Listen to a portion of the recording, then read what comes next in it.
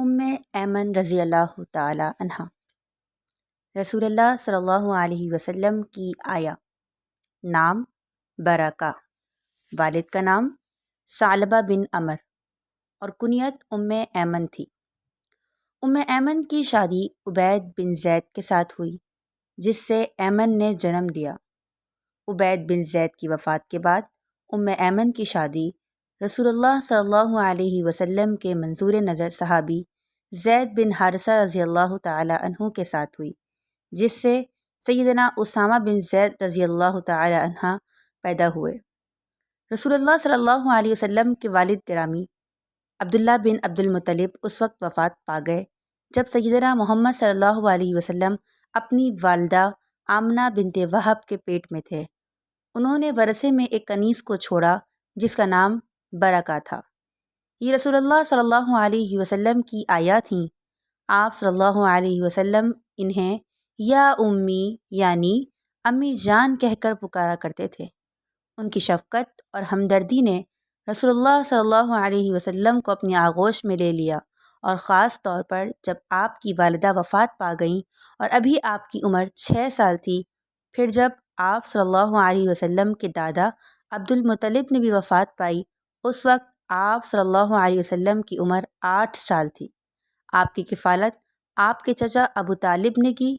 ام ایمن ابو طالب کی بیوی سیدہ فاطمہ بنت اسد رضی اللہ تعالی عنہ کے ساتھ مل کر رسول اللہ صلی اللہ علیہ وسلم کی دیکھ بھال کیا کرتی تھیں۔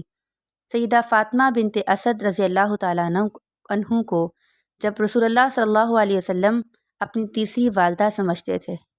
ام ایمن رضی اللہ تعالی عنہ رسول اکرم صلی اللہ علیہ وسلم کی برکت کا آنکھوں دیکھا حال بیان کرتے ہوئے فرماتی ہیں، میں نے رسول اللہ صلی اللہ علیہ وسلم کو کبھی بھوک اور پیاس کی شکایت کرتے نہیں دیکھا۔ جب آپ صبح کے وقت زمزم پی لیتے تھے تو اس دن اور کچھ نہ کھاتے۔ بسا اوقات ہم دوپہر کا کھانا پیش کرتے تو آپ فرماتے، لا اريد انا شبعان، میں کھانا نہیں چاہتا، میں سیر ہوں۔ سیدنا عبداللہ ابن عباس رضی اللہ تعالیٰ عنہ سے روایت ہے، فرماتے ہیں کہ ابو طالب کے بچے میلے کچیلے اور پراگندہ حال ہوتے، ان کے بال بکھرے ہوئے ہوتے، جبکہ محمد صلی اللہ علیہ وسلم کے بال تیل لگے ہوئے چمکدار ہوتے اور آنکھوں کو سرما لگایا ہوا ہوتا۔ سبحان اللہ! ابو طالب ان سے بہت پیار کرتے تھے۔ جب آپ صلی اللہ علیہ وسلم نے سیدہ خدیجہ بنت خویلد کے ساتھ شادی کی تو آپ نے ام ایمن کو اس کے حسن سلوک اور وفاداری کی بنا پر آزاد کر دیا۔ یہ ان کے فضل اور شرف کا اعتراف اور آپ کی اخلاص کے ساتھ پرورش کرنے کا انعام تھا۔ ام ایمن نے عبید بن زید کے ساتھ شادی کی۔ ان کی شادی کے بعد اس کے ہاں ایمن نے جنم لیا۔ یہ جنگ حنین میں شہید ہو گئے۔ اس طرح ام ایمن اپنے بیٹے سے محروم ہو گئیں۔ خاتون جنت، آفتاب اسلام کے طلوع ہونے کے بعد ام ایمن رضی اللہ تعالیٰ عنہ کے لیے ایک آزمائش اتر آئی۔ ہوا یہ کہ انہوں نے بہت جلد رسول اللہ صلی اللہ علیہ وسلم کی تصدیق کر دی اور آپ کی رسالت پر ایمان لے آئیں۔ اس طرح انہوں نے اپنی ذات کو جہنم سے آزاد کر لیا۔ ادھر ان کے خاوند عبید بن زید نے اسلام قبول کرنے سے انکار کر دیا اور اپنے شرک ہی پر قائم رہا۔ اس طرح ام ایمن اور اس کے درمیان جدائی کا ہونا لازمی تھا۔ ام ایمن کی دوسری شادی کے بارے میں سفیان بن عقبہ سے روایت ہے، فرماتے ہیں کہ ام ایمن رسول اللہ صلی اللہ علیہ وسلم کی بہت تکریم اور تعظیم کیا کرتیں اور آپ کی نہایت محبت اور شفقت کے ساتھ دیکھ بھال کیا کرتی تھیں۔ ایک دن رسول اللہ صلی اللہ علیہ وسلم نے فرمایا، من سرہ ان یتزوج امرأۃ من الجنۃ فلیتزوج ام ایمن، کہ جس کو یہ چیز اچھی لگتی ہے کہ وہ کسی جنتی خاتون کے ساتھ شادی کرے تو وہ ام ایمن کے ساتھ شادی کر لے۔ راوی کہتا ہے کہ سیدنا زید بن حارثہ رضی اللہ تعالیٰ عنہ نے سیدہ ام ایمن رضی اللہ تعالیٰ عنہ کے ساتھ شادی کر لی۔ زید بن حارثہ رضی اللہ تعالیٰ عنہ جلیل القدر صحابہ کرام میں سے تھے۔ یہ رسول اللہ صلی اللہ علیہ وسلم کے محبوب نظر اور آپ کے آزاد کردہ غلام تھے اور صحابہ کرام میں سے ایک تھے جنہوں نے اسلام قبول کرنے میں سبقت کا اعزاز حاصل کیا۔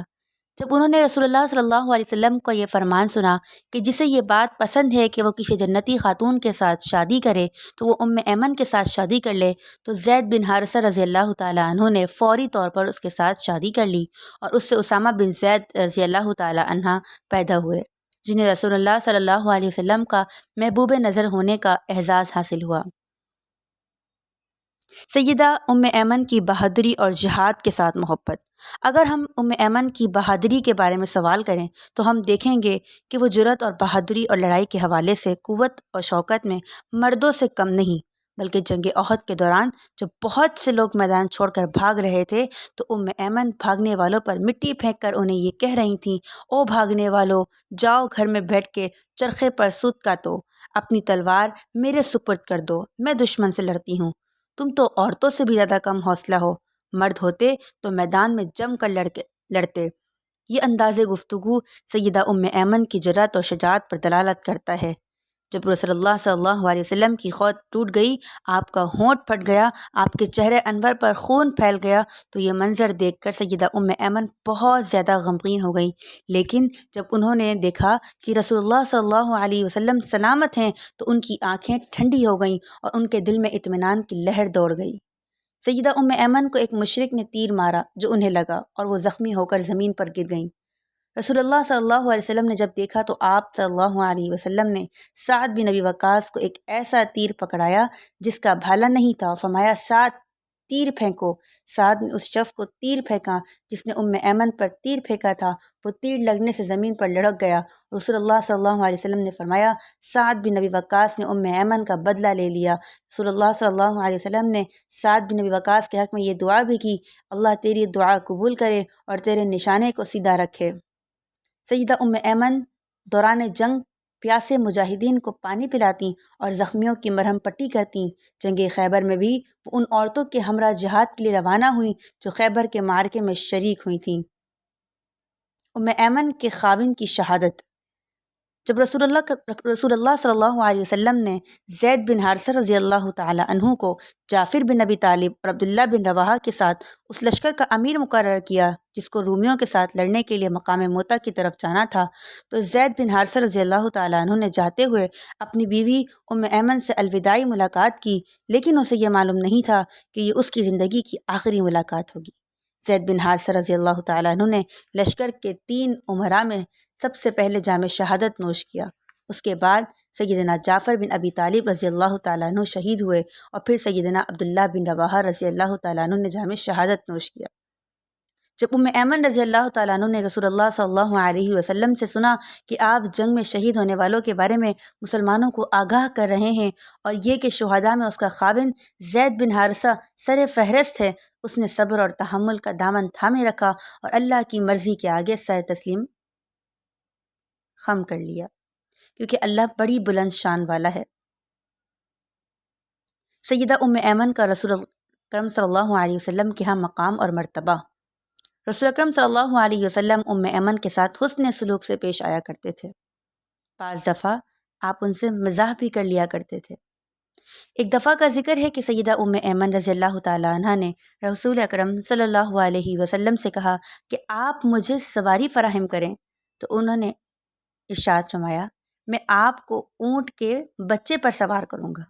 انہوں نے کہا، اونٹ کا بچہ میرا بوجھ برداشت نہیں کر سکے گا، اے اللہ کے رسول، میں اونٹ کے بچے پر سوار نہیں ہونا چاہتی۔ رسول اکرم صلی اللہ علیہ وسلم نے فرمایا، آپ کو ہر صورت اونٹ کے بچے پر ہی سوار کرواؤں گا۔ رسول اکرم صلی اللہ علیہ وسلم کا فرمان برحق تھا، کیونکہ ہر اونٹ بالآخر اونٹنی کا بچہ ہی تو ہوتا ہے، خواہ وہ کسی عمر کا بھی ہو۔ سیدہ ام ایمن رضی اللہ تعالیٰ عنہ آپ صلی اللہ علیہ وسلم کے ساتھ بات کرنے میں کوئی ہچکچاہٹ اور جھجک محسوس نہیں کرتی تھیں۔ رسول اکرم صلی اللہ علیہ وسلم آپ ان کے ساتھ وہ انتہائی حسن اخلاق سے پیش آیا کرتے تھے۔ آپ صلی اللہ علیہ وسلم ان کو اہمیت دیا کرتے تھے۔ ام ایمن کی نبی کریم صلی اللہ علیہ وسلم کی غمی اور خوشی میں شرکت۔ سیدہ ام ایمن رضی اللہ تعالیٰ عنہ نبی کریم صلی اللہ علیہ وسلم کے گھر میں خاندان کے ایک فرد کی طرح رہتیں۔ جب اہل خانہ خوش ہوتے تو یہ خوش ہوتیں، جب وہ کسی غم میں مبتلا ہوتے تو یہ بھی غمگین ہو جاتیں۔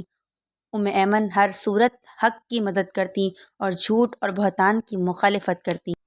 اللہ تعالیٰ سیدہ ام ایمن رضی اللہ تعالیٰ عنہ پر اپنی رحمت کی برکھا برسائے اور انہیں اپنی رضا سے نواز دے، آمین یا رب العالمین۔